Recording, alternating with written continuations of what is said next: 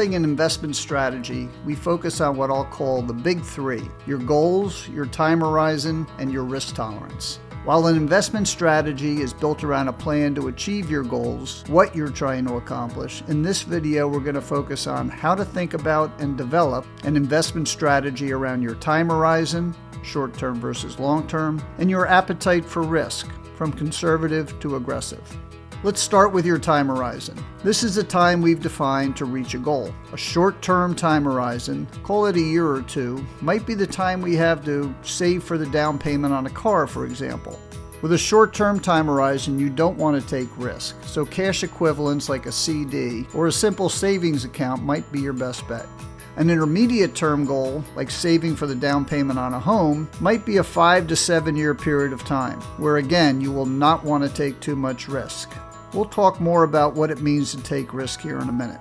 More often than not, the majority of your assets are being invested for the long term, for your retirement years. When it comes to saving for retirement, it's important to note the difference between your investment strategy all the way through your retirement years, which could include 20 to 30 years or more in retirement, as opposed to an allocation oriented to your retirement date, which is a much shorter time horizon.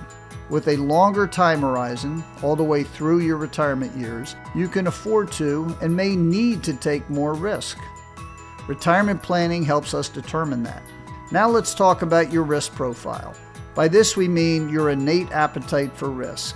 Not how are you currently invested or how do you think you should be invested based on your age or due to current market conditions, but how do you feel about risk at your core?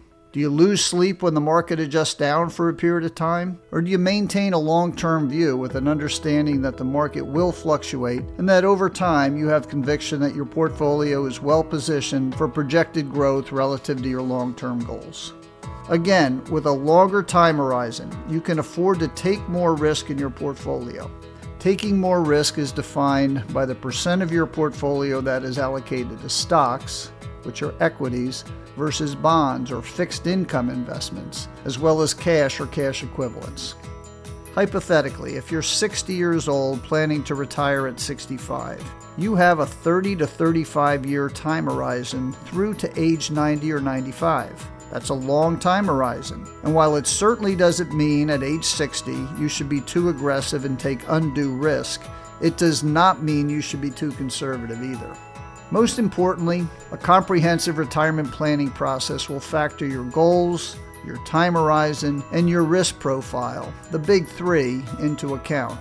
And your investment strategy, as reflected through your allocation to stocks and bonds, equities, and fixed income, should ultimately reflect the growth rate required to reach your goals as outlined in your retirement plan.